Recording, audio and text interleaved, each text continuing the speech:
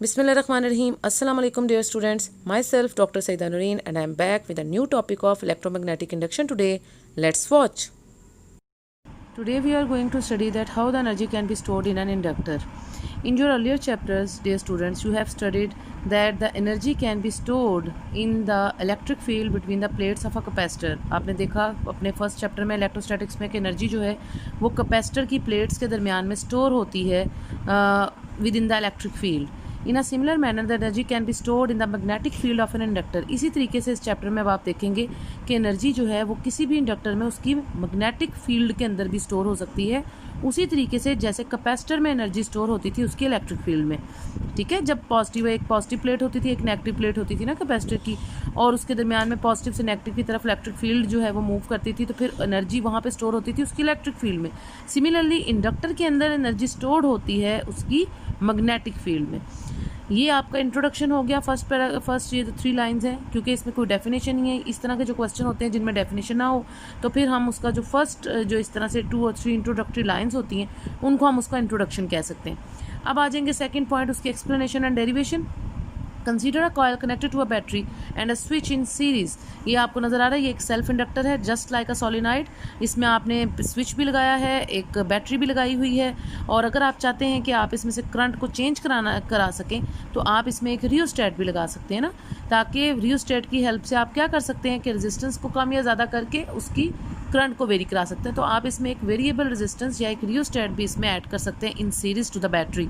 जिस रियोस्टेट से जब आप रेजिस्टेंस को चेंज करेंगे, इंक्रीज और डिक्रीज करेंगे, तो उस तरीके से करंट, ये जो आपकी ओरिजिनल करंट है पॉजिटिव से negative with in the circuit जो फ्लो कर रही है, इसकी वैल्यू भी कम या ज़्यादा हो सकती है. और उसकी change in the amount of the current की वजह से जो आपकी इंड्यूस्ड करंट और इंड्यूस्ड ईएमएफ है वो जनरेट होती है, क्योंकि जब जैसे ही आप करंट चेंज करेंगे इधर से तो मैग्नेटिक फ्लक्स चेंज होगा, और मैग्नेटिक फ्लक्स के चेंज होने की वजह से क्या होगा कि ईएमएफ और करंट इंड्यूस होगी in the opposite direction to the original current. तो ये आपकी एक्सप्लेनेशन एंड डेरिवेशन में आपने सेल्फ इंडक्टर जो आपने लास्ट लेक्चर में अपने पढ़ा था कि जिस तरह से वो वर्क करता है उसी तरीके से सेम इसकी वर्किंग है. कि consider a coil connected to a battery and a switch in series. When the switch is turned on, voltage V is applied across the ends of the coil and the current through it rises from 0 to its maximum value. Switch को on करेंगे, शुरू में current 0 थी और थोड़ी देर बाद जैसे ही वो आपने उसको ऑन किया तो वो करंट आई हो गई. Due to the change of the current and EMF is induced which is opposite to that of the battery. और चेंज इन करंट की वजह से जो इंड्यूस ईएमएफ हुई है वो ऑपोजिट होगी बैटरी की ईएमएफ और बैटरी की करंट से जो पॉजिटिव से नेगेटिव की तरफ फ्लो कर रही है. So work is done by the battery to move charges against the induced EMF. तो अब आप इसका वर्क डन कैसे कैलकुलेट कर सकते हैं? ये work done by the battery in moving a small charge delta Q. काम किया जाएगा, काम किस तरह से होगा? बैटरी के जरिए से, ताकि उसकी चार्जेस को मूव कराया जा सके अगेंस्ट द इंड्यूस्ड ईएमएफ.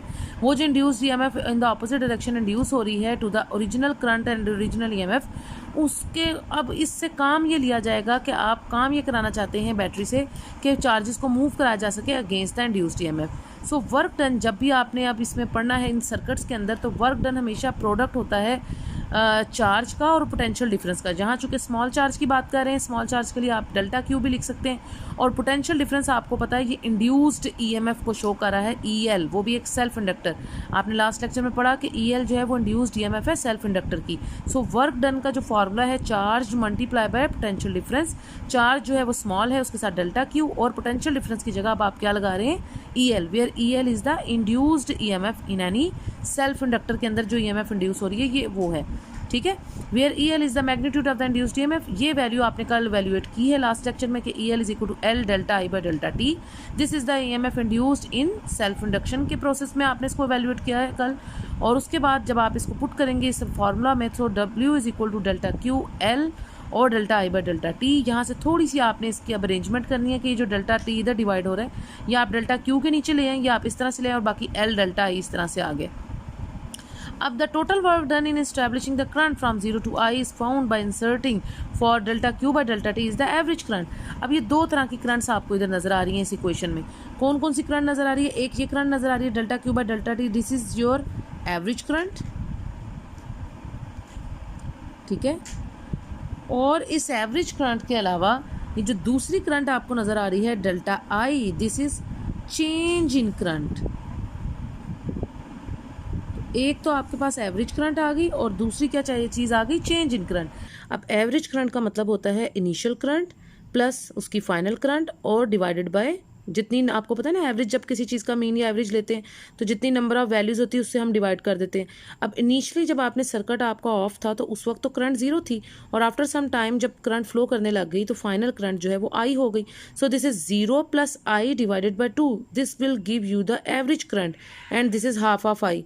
तो अब आप इस एवरेज करंट की जगह यानी delta Q by delta T की जगह अब आप हाफ ऑफ आई यूज कर सकते हैं विच इज द एवरेज करंट। और डेल्टा आई का मतलब है change in current. Change in current का मतलब है कि अगर आपकी इनिशियल करंट आई जो है वो ज़ीरो थी इनिशियली, ठीक है, तो फाइनल करंट यानी आई एफ जो है वो फाइनली वो आई हो गई थी। तो चेंज इन करंट का मतलब है final current minus initial current. So change in current delta I should be I minus zero and that is आई।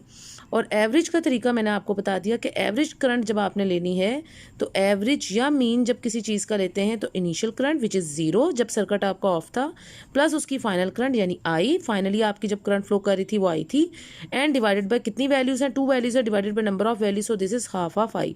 तो ये दोनों तरह की करंट्स अब आपने अपने क्वेश्चन के लिए कैलकुलेट कर ली हैं। एवरेज करंट की वैल्यू भी निकाल ली और चेंज इन करंट, इन दोनों वैल्यूज़ को, चेंज इन करंट वाली को और एवरेज करंट को, अब आपने पुट करना है अपनी इस इक्वेशन में 15.14 में। और जब आप पुट करेंगे इसकी जगह हाफ ऑफ आई और डेल्टा आई की जगह आई पुट करेंगे, सो this is half of L I square, ये फॉर्म बन जाएगी। सो द वर्क डन, जो टोटल वर्क डन अब आप कैलकुलेट कर रहे हैं वो इक्वल हो जाएगा half of L I square. This work is stored as the potential energy in the inductor. और आपको पता है ये वर्क डन किसी भी चीज़, जब आपने प्रीवियस क्लासेस में भी पढ़ा है कि जो वर्क डन होता है बेसिकली वो उसकी पोटेंशियल एनर्जी होती है। पोटेंशियल एनर्जी किसी भी सर्किट की हो या किसी भी सिस्टम की हो, वो उसकी वो एनर्जी होती है जो स्टोर्ड होती है विद इन दैट सर्किट। अब यहाँ पे हम चूंकि इंडक्टर के अंदर स्टोर्ड एनर्जी कैलकुलेट कर रहे हैं तो बेसिकली तो वर्क डन है वो इसकी जो टोटल वर्क डन है वो इसकी potential energy stored with in this inductor है, ठीक है। So the work done is stored as a potential energy in the inductor and hence the energy stored, जितना वर्क डन है वही उसकी पोटेंशियल एनर्जी होता है। किसी भी सिस्टम में जो वर्क डन होता है वो उसकी पोटेंशियल एनर्जी के इक्वल होता है। यहाँ पे चूंकि इंडक्टर की बात करें तो इंडक्टर के अंदर जितनी पोटेंशियल एनर्जी स्टोर्ड है बेसिकली वही यूज हो सकती है ना टू परफॉर्म सम वर्क। तो ये जो वर्क डन है ये पोटेंशियल एनर्जी के इक्वल है जिसको आप यू से शो करते हैं। और चूंकि ये वर्क डन और पोटेंशियल एनर्जी स्टोर होती है with in the magnetic field, इसलिए आप यू के सबस्क्रिप्ट में छोटा सा एम लिख देंगे। So this U M is equal to half of L I square. इसका मतलब है कि ये वो टोटल एनर्जी है जो स्टोर होती है किसी भी सर्किट के अंदर, और ये उस स्टोर वो ये जो टोटल एनर्जी स्टोर होती है किसी सर्किट में या इंडक्टर में वो बेसिकली उसकी पोटेंशियल एनर्जी होती है और वही उसके वर्क डन के इक्वल होता है। तो ये आ गया आपकी expression number 15.15। As in the case of the capacitor, energy is stored in the electric field between the plates. Likewise, in an inductor, energy is stored in the magnetic field. जिस तरह आपने capacitor में पढ़ा था कि energy कहाँ store होती थी, इलेक्ट्रिक फील्ड में, between the two plates of the capacitor, इस तरह होती थी ना, एक positive plate of the capacitor होती थी, एक नेगेटिवली चार्ज प्लेट होती थी, ठीक है। और आपको पता है कि इलेक्ट्रिक फील्ड जो है वो वेरी करती थी फ्रॉम पॉजिटिव टू नेगेटिव, और एनर्जी कहाँ स्टोर होती थी, यहाँ पर with in the electric field, ठीक है। इलेक्ट्रिक फील्ड के अंदर कैपेसिटर में एनर्जी स्टोर होती थी। सिमिलरली यहाँ पर अब क्या हो रहा है कि एनर्जी जो स्टोर हो रही है वो मैग्नेटिक फील्ड के अंदर अब एनर्जी स्टोर होगी, ना कि इलेक्ट्रिक फील्ड में। इंडक्टर में जो एनर्जी स्टोर होगी वो उसकी मैग्नेटिक फील्ड में होगी। So energy stored in the magnetic field, therefore ये जो इक्वेशन है आपकी, this can be express in terms of the magnetic field B of a solenoid which has n turns. n small n आपको पता है ना, इसका मतलब है turns per unit length. Capital N हो तो वो नंबर ऑफ टर्न्स होते हैं, स्मॉल n का मतलब होता है number of turns per unit length, and the area of cross section A।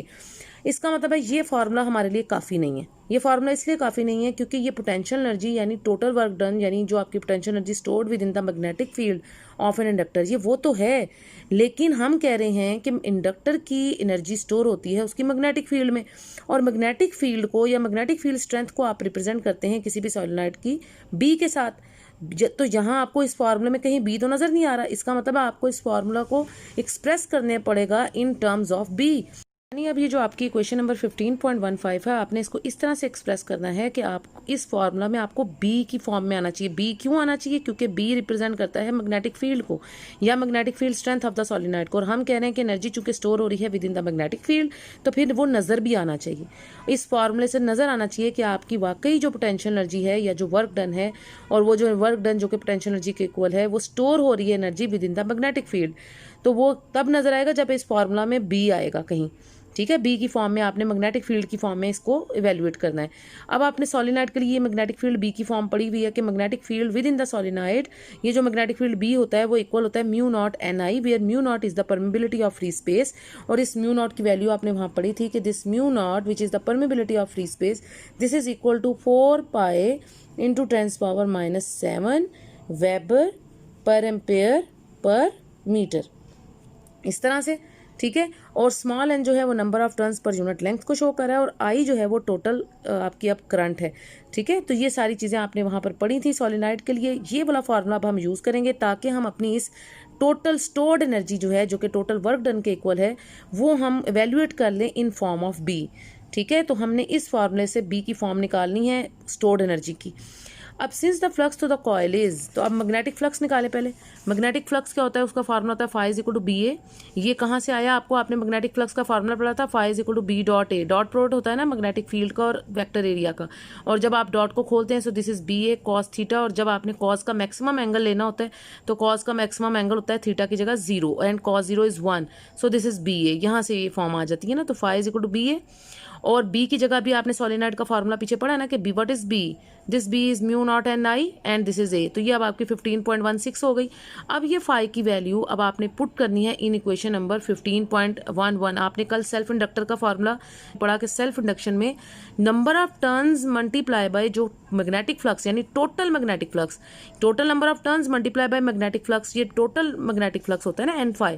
What is N phi, N phi ये जो दोनों का प्रोडक्ट है, this is the total magnetic flux. So this total magnetic flux which is n phi, this is equal to Li। ये आपने previous lecture में पढ़ा था फॉर सेल्फ इंडक्टर। यहाँ से L should be equal to n phi over I। ये जो I इधर मल्टीप्लाई और सेकंड साइड पे जाके डिवाइड हो जाएगा। इस वैल्यू में अब आप phi की वैल्यू जो भी आपने ऊपर वैल्यूएट की ये पुट करें यहाँ पे। तो जब आप इसे पुट करेंगे mu naught N I A divided by this, so I से कैंसिल हो जाएगा and you get n mu naught N A. अब इन दोनों एन में क्या डिफरेंस है, ये जो कैपिटल एन है this is total number of turns, यानी जो आपके टोटल नंबर ऑफ टर्न्स होते हैं ये वो है नंबर ऑफ टर्न्स, और ये जो स्मॉल एन होता है ये क्या होता है basically, this is number of turns per unit length. तो अब आप इस फॉर्मूला को यूज करते हुए स्मॉल एन की value number of turns per unit length, यहाँ से कैपिटल एन को in form of small n लिख सकते हैं ना कि so capital N should be equal to N L, यानी अगर आपका स्मॉल एन इक्वल है number of turns per unit length के, तो यहाँ से आप ये वैल्यू निकाल सकते हैं ना कि total number of turns that should be equal to, L इधर डिवाइड हो रहे थे जाके मल्टीप्लाई हो जाएगा, so this is N L. ये वैल्यू अब आप इसकी जगह पुट करेंगे ताकि ये भी स्मॉल एन की फॉर्म में आ जाए, और जब आप इधर पुट करेंगे तो ये क्या बन जाएगा, एल इज इक्वल टू ये एन एल हो गया and this is mu naught N A, ये वाला एन स्मॉल एन और ये वाला एन स्क्वायर हो जाएंगे, और दिस इज म्यू नॉट और एल इंटू ए। ये जो ए इंटू एल है इसको आपने अलग से रखना है। ये क्यों अलग से रखना है, क्योंकि A is the area and L is the length, और इन दोनों का जो प्रोडक्ट होता है product of area and length, what is this, this is volume. Product of area and length is volume. ठीक है, तो ये वॉल्यूम है आपका, इसको आपने इसी तरह सेपरेट रहने देना है क्योंकि आप एनर्जी निकाल रहे हैं ना। अब आपने इस एल की वैल्यू को इक्वेशन नंबर 15.15, कौन सी इक्वेशन अभी आपने पीछे पढ़ी है ना, जो आपने स्टोर्ड एनर्जी निकाली है which is equal to the work done half of L I square, ये जो अब आपने एल की वैल्यू निकाली है इसको आपने इसमें पुट करना है इस फार्मूला में, और जब आप इस फार्मूला में इसको पुट करेंगे यानी यूएम जो total energy stored within the magnetic field is equal to half of mu naught N square और ए एल, यानी आपने इस एल की वैल्यू को इधर पुट किया तो हाफ ऑफ एल की जगह mu naught N square A L, और साथ आ रहा है I square. What is this I square, आपने अभी तक बी नहीं आया, हमारा ये फार्मूला तब तक वैलिड हमारे लिए एप्लीकेबल नहीं होगा जब तक इसको इन फॉर्म ऑफ बी नहीं कर लेते, यानी मैग्नेटिक फील्ड की फॉर्म में नहीं ले आते। तो बी फॉर द सोलिनॉइड यानी magnetic field for the solenoid, अभी आपने पढ़ा फार्मूला उसे दोबारा यूज करें, B is equal to mu naught N I, और यहाँ से I is equal to B over mu naught N. ये वैल्यू आपने इधर से निकाली ना करंट की in terms of magnetic field, ये वैल्यू बहुत इंपॉर्टेंट है। इसको अब आप यूज करेंगे इधर आई स्क्वायर की जगह, जब आप इसको आई स्क्वायर की जगह यूज करेंगे so the total energy stored within the magnetic field is equal to half of mu naught N square A L, और आई स्क्वायर की जगह अब आप क्या लगाएंगे, इसका स्क्वायर, इस टर्म का square, B square over mu naught square N square, N square से कैंसिल हो जाएगा, AL वही आपका वॉल्यूम है, इसको आप सेपरेट कर लें, and this is B² over mu not और साथ हाफ की टर्म आ रही है। This is the total energy stored in an inductor. किसी भी इंडक्टर में जो टोटल एनर्जी स्टोर्ड है वो आपकी ये फॉर्म है कि UM is equal to half of B² over mu naught, and what is this AL, मैंने आपको ऊपर भी बताया कि this AL is the volume. अब ये वॉल्यूम कब काम आता है, जब आपने इसकी एनर्जी डेंसिटी निकालनी। एक तो चीज़ आपने निकाली ना, energy stored in an inductor. अब energy stored in an inductor के दो फार्मूले, एक आपने ये फार्मूला जो पीछे निकाला है क्वेश्चन नंबर 15.15 में जो आया था हाफ ऑफ Li², और दूसरा फार्मूला आपने जो निकाला है एनर्जी स्टोर्ड का वो इन फॉर्म ऑफ B है। इन फॉर्म ऑफ B हमें फार्मूला निकालना इसलिए ज़रूरी था क्योंकि हम बार बार एक बात करें कि एनर्जी कहाँ स्टोर हो रही है, with in the magnetic field. तो फिर वो अब आपके फार्मूला से नज़र भी आ रही है ना कि एनर्जी कहाँ स्टोर हो रही है, with in the magnetic field of an inductor. ये अब आपने इसको कैलकुलेट कर लिया। अब एनर्जी डेंसिटी जब निकालते हैं किसी भी चीज़ की, जब आपने डेंसिटी निकालनी है, अब ये जो दूसरी चीज़ हम अगली निकालना चाह रहे हैं वो एनर्जी डेंसिटी है। ये बहुत सिंपल है। एनर्जी डेंसिटी का मतलब जब किसी चीज़ की डेंसिटी निकालनी है तो इसे डिवाइडेड बाय वॉल्यूम करेंगे। तो ये जो आपने वॉल्यूम अलग से लिखा है ना, A/L area multiply by length, this is volume. तो जब आप एनर्जी डेंसिटी के लिए इसको डिवाइडेड बाय वॉल्यूम करेंगे तो वो वाला वॉल्यूम इस वॉल्यूम से कैंसिल आउट हो जाएगा, और अब आपके पास एनर्जी डेंसिटी स्मॉल u कर लें, ये कैपिटल UM था which is total energy stored within the magnetic field of N inductor. अब आप स्मॉल UM से एनर्जी डेंसिटी निकाल रहे हैं, यानी energy stored per unit volume निकाल रहे हैं। तो इसको स्मॉल UM कर लेंगे, and this is half of B² over mu not. ये AL कैंसिल हो जाएगा क्योंकि ये वॉल्यूम है, तो जब डिवाइडेड बाय वॉल्यूम करेंगे ये उससे कैंसिल आउट होके आपको ये फॉर्म दे देगा, this is the energy density. ठीक है, ये वो एनर्जी है जो स्टोर हो रही है with in the magnetic field per unit volume अब आप निकाल रहे हैं, दिस इज एनर्जी डेंसिटी। ये टोटल एनर्जी है। टोटल एनर्जी को आप इन टर्म्स ऑफ B भी लिख सकते हैं और इन टर्म्स ऑफ L यानी सेल्फ इंडक्टेंस की फॉर्म में भी लिख सकते हैं। तो ये भी फार्मूला है आपका टोटल एनर्जी स्टोर्ड का, और ये भी फार्मूला है टोटल एनर्जी स्टोर्ड का इन टर्म्स ऑफ B। और ये जो तीसरी चीज़ अब आपने निकाली है ये आपकी एनर्जी डेंसिटी है। तो ये तीनों फार्मूलाज बहुत इंपॉर्टेंट है। ये वाला फार्मूला टोटल एनर्जी जो स्टोर्ड है with in the magnetic field, और ये वाला formula energy stored within the magnetic field, एक L की फॉर्म में एक B की फॉर्म में, और थर्ड आपका जो फार्मूला है एनर्जी डेंसिटी का half of B² over mu not. ये तीनों फार्मूलाज अब आप अपने किस में लिखेंगे, कंक्लूजन में लिखेंगे। ठीक है, क्योंकि इस टॉपिक में कोई कंक्लूजन नहीं है तो आप लास्ट में कंक्लूजन की हेडिंग देख के, जब कोई कंक्लूजन आपका इन वर्ड्स ना निकले, क्योंकि कंक्लूजन तो आपने राइट डाउन करना ही करना है ना कुछ आपने क्या निकाला इस पूरे टॉपिक में, आपने तीन चीजें निकाली हैं इस टॉपिक में। एक energy stored within the magnetic field in terms of L के फॉर्म में, यानी हाफ ऑफ L इसके ये फार्मूला। दूसरा energy stored in with in the magnetic field इस तरह B की फॉर्म में, half of B² over mu not into AL। और तीसरा फार्मूला आपने जो मेन चीज निकाली है वो है energy density which is half of B² over mu not. तो ये तीनों चीजें, पॉइंट नंबर 1 ये formula, point number 2 in terms of B ये वाला फार्मूला, और पॉइंट नंबर 3 जो उसकी एनर्जी डेंसिटी है। ये तीनों चीज़ें अब आपने, तीनों फार्मूलाज अब आपने राइट डाउन करने अपने कंक्लूजन में। ठीक है, फॉर योर इन्फॉर्मेशन में देखें, ये उन्होंने बताया कि कहाँ ये जो इंडक्शन का आपका प्रोसेस है ये कहाँ कहाँ इस्तेमाल होता है, ये बहुत important. An induction ammeter with its iron core jaw open and closed around a wire carrying an alternating current I. Some of the magnetic field lines that encircle the wire are routed through the coil by the iron core and lead to an induced EMF. The meter detects the EMF and it's calibrated to display the amount of the current in the wire. यानी वो induced EMF को show कर रहा है ना, ये जो ammeter है। तो ये वो बता रहे हैं कि किस तरह से आप एक आयरन कोर जा को, ये कैसे ये ओपन होता है और कैसे ये क्लोज होता है और किसी चीज़ को होल्ड कर सकता है with the help of the process of electromagnetic induction. तो ये इंडक्शन का प्रोसेस ही है जो इंड्यूस्ड ईएमएफ और इंड्यूस्ड करंट की वजह से आप इस जॉ को क्लोज कर सकते हैं, ओपन कर सकते हैं, क्लोज कर सकते हैं, इससे वर्क डन करा सकते हैं। तो ये उन्होंने इन्फॉर्मेशन में हमें बताया। एग्जाम्पल है इसी से रेलिवेंट, ये भी देख लेते हैं। सोलेनॉइड जिसकी 10 सेंटीमीटर लेंथ है, इसको आप मीटर में कन्वर्ट करें। जैसे आपको पता है कि डाटा हमेशा ऐसा यूनिट्स में आपने लिखना है, तो आप सबसे पहले जब डाटा लिखेंगे तो डाटा में जितनी वैल्यूज नोन और अननोन वैल्यूज है वो आप राइट डाउन करके ऐसा यूनिट में कन्वर्ट करेंगे। तो लेंथ है सेंटीमीटर में, इसको मैंने 100 से डिवाइड करके मीटर में कन्वर्ट किया। उसके बाद 40 टर्न्स पर सेंटीमीटर, ये नहीं है, ये आपके number of turns per unit length है, स्मॉल एन है। 40 पर सेंटीमीटर का मतलब है इसको भी आपने मीटर में करना है। So this is 4000 turns per metre, यानी ये ऐसे है ना कि 40 डिवाइडेड बाय सेंटीमीटर, इस तरह है ना स्मॉल एन। तो जब आप इसको 40 डिवाइडेड बाय सेंटी की क्या वैल्यू है, 10 की पावर -2 मीटर। तो ये जब ये नीचे -2 है, ऊपर जाके मल्टीप्लाई बाय 100 हो जाएगा ना, जब ऊपर जाके ये मल्टीप्लाई बाय 100 हो जाएगा। सो दिस इज 4000, ठीक है ना, टर्न्स पर मीटर। तो ये 4000 टर्न्स डिवाइडेड बाय मीटर को शो करेगा। तो ये इस तरीके से आपने इसको एवेल्यूएट करना है, ठीक है, इसको ऐसे यूनिट में कन्वर्ट करना है ना।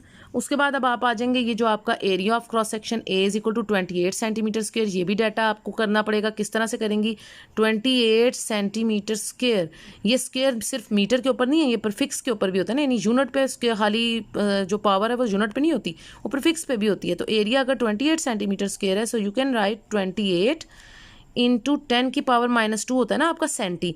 तो मैंने कहा स्क्वायर दोनों पे है, खाली यूनिट पे नहीं होता, प्रीफिक्स पे भी है। तो इसका जब स्क्वायर करेंगे इंटू मीटर स्क्वायर, तो ये हो जाएगा 28 इंटू 10 पावर -4 मीटर स्क्वायर, जिसको आप 2.8 इंटू 10 पावर -3 मीटर स्क्वायर करके भी लिख सकते हैं। उसके बाद स्टेडी करंट जो आपकी फ्लो कर रही थी वो उन्होंने आपको दी हुई है, वो कितनी करंट है जी, 5 एम्पेयर, और टाइम भी साथ दिया हुआ है, वो भी आप राइट डाउन कर सकते हैं। और एनर्जी स्टोर्ड अब आपने निकालनी है with in the magnetic field. अब आपको इस पूरे डाटा में नजर आ रहा है कि बी कहीं नहीं दिया उन्होंने, तो ये कॉमन सेंस की बात अब आपने यूज करनी है कि आपको वो वाला फार्मूला यूज करना है एनर्जी स्टोर्ड का जो in the form of L था, half of L I square वाला, ये वाला फार्मूला, ठीक है। क्योंकि बी वाला फार्मूला हम इसलिए यूज़ नहीं कर सकते क्योंकि बी उन्होंने नहीं दी ना, तो हाफ एल आई स्क्वायर वाला फार्मूला यूज़ करने के लिए एल चाहिए। एल कहाँ से आएगी, ये जो आपने क्वेश्चन नंबर आपकी 15.17 है, यानी L is equal to mu naught N square A L, ये फार्मूला है ना आपका, L is equal to mu naught N square L. यहाँ से आप पहले एल निकालेंगे, म्यू नॉट की वैल्यू आपको पता होती है क्योंकि कांस्टेंट वैल्यू है 4 pi into 10 power -7 weber per ampere per metre, multiply by small N की वैल्यू आपको दी हुई है उन्होंने 4000 टर्न्स पर मीटर स्क्वायर है, ठीक है। उसके बाद एरिया की वैल्यू भी दी हुई है उन्होंने आपको, ये जो हमने कैलकुलेट की है, और साथ लेंथ भी उन्होंने शुरू में आपको दी हुई है ये, ठीक है। ये सारी वैल्यूज आप इसमें पुट करके सबसे पहले आप इसमें से एल निकालेंगे। एल क्या है, सेल्फ इंडक्टेंस, जिसकी यूनिट हेनरी होती है। उसके बाद जब आप ये वैल्यू इधर पुट करेंगे एल की जगह इस फार्मूला में, हाफ एल आई स्क्वायर वाले फार्मूला में, मैंने बताया कि ये वाला फार्मूला आप नहीं यूज़ कर सकते, बी वाला, इधर आपको इधर half L I square use करना पड़ेगा क्योंकि आपको कहीं भी आपकी डाटा के अंदर कहीं बी नहीं गिवन ना, तो फिर आप हाफ एल आई स्क्वायर वाला फार्मूला यूज़ करके ये वैल्यू जो एल निकाला है ये आप इधर पुट करें। आई आपको ऑलरेडी गिवन है 5 एम्पेयर, वो पुट करें, उसका स्क्वायर लें और ये कैलकुलेट कर लेंगे energy in SI unit which is joule. So कोई भी एनर्जी स्टोर्ड हो तो एनर्जी हमेशा, कोई भी आप जब भी एनर्जी का फार्मूला निकालते हैं तो एसआई सिस्टम इंटरनेशनल यूनिट जो एनर्जी स्टोर्ड की होती है, चाहे वो कोई भी एनर्जी स्टोर्ड हो, उसके लिए वो जूल होती है। तो आपका आंसर जो है वो फाइनली वो इन जूल आप ऐसे यूनिट के साथ ये आंसर एवेल्युएट करके तो जो है जूल में इसका आंसर आ जाएगा, energy stored with in an inductor with in its magnetic field of the inductor, ठीक है। तो magnetic field of the inductor के अंदर ये एनर्जी स्टोर का आपने एवेल्युएट कर लिया। आई होप स्टूडेंट्स आज आपको ये सारी पॉइंट्स अच्छे से समझ में आ गए होंगे। फिर भी कोई परेशानी हो, कोई बात समझ में ना आई हो, you can comment me in the comment section. अपना बहुत सा ख्याल रखें, दुआ में याद रखें। That's all for today, students. You can subscribe and share my channel and press the bell icon for future notifications. If you really like my lecture, then press the like icon also. Thanks for your attention. Until the next lecture, take care. Allah Hafiz.